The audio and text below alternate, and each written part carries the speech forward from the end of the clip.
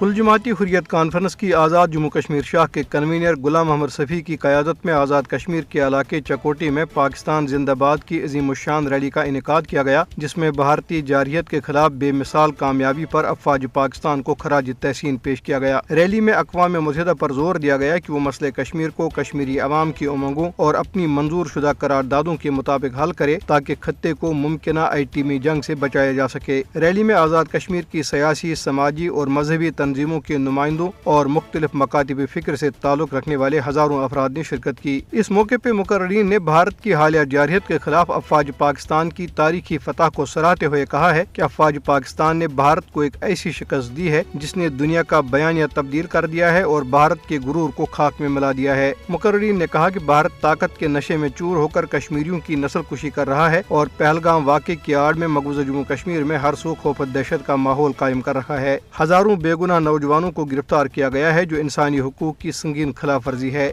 غیر قانونی طور پر بھارت کے زیر قبضہ جموں کشمیر میں کل جماعتی حریت کانفرنس نے تنازع کشمیر کے پرامن حل اور بی جے پی کی بھارتی حکومت کی طرف سے چھینے گئے بنیادی حقوق کی بحالی کے لیے کشمیریوں میں اتحاد و اتفاق کی ضرورت پر زور دیا ہے۔ کل جماعتی حریت کانفرنس کے ترجمان ایڈوکیٹ عبدالرشید منہاس نے سری نگر میں حریت رہنماؤں کی اجلاس کے بعد جاری کردہ ایک بیان میں کہا کہ کشمیر ایک سیاسی تنازع ہے جس کو اقوام متحدہ کی نگرانی میں آزادانہ اور منصفانہ استصواب رائے کے ذریعے حل کرنے کی ضرورت ہے۔ حریت ترجمان نے کشمیر کے بارے میں پاکستان کے army chief field marshal Syed Asim Munir کے حالیہ بیان کو سراہتے ہوئے اسے حوصلہ افزا اور حریت پسند کشمیری عوام کے لیے امید کی کرن قرار دیا۔ دریاسنا سول سوسائٹی کے اراکین نے سری نگر میں منعقدہ ایک اجلاس میں کشمیری سیاسی رہنماؤں اور کارکنوں کی مسلسل نظر بندی کی مذمت کی اور انسانی حقوق کی تنظیموں سے اپیل کی کہ وہ اس کا فوری نوٹس لیں۔ ادھر جیل میں نظر بند حریت رہنما شبیر احمد شاہ کی زیر قیادت ڈیموکریٹک فریڈم پارٹی نے پاکستان پیپلز پارٹی کے چیئرمین بلاول بھٹو زرداری کی قیادت میں امریکہ کا دورہ کرنے والے پاکستانی وفد پر زور دیا ہے کہ وہ امریکی حکام سے اپنی ملاقاتوں میں ہزاروں کشمیری سیاسی نظر بندوں کا مسئلہ اٹھائے۔ امریکہ میں مقیم کشمیریوں اور پاکستانی سیاسی جماعتوں کے نمائندوں نے واشنگٹن میں وائٹ ہاؤس کے باہر ایک ریلی نکالی جس میں مسئلہ کشمیر پر ثالثی کی پیشکش کرنے پر صدر ڈونلڈ ٹرمپ کا شکریہ ادا کیا گیا۔ شرکاء نے پاک بھارت کشیدگی کو کم کرنے میں صدر ٹرمپ کے کردار کی تعریف کی۔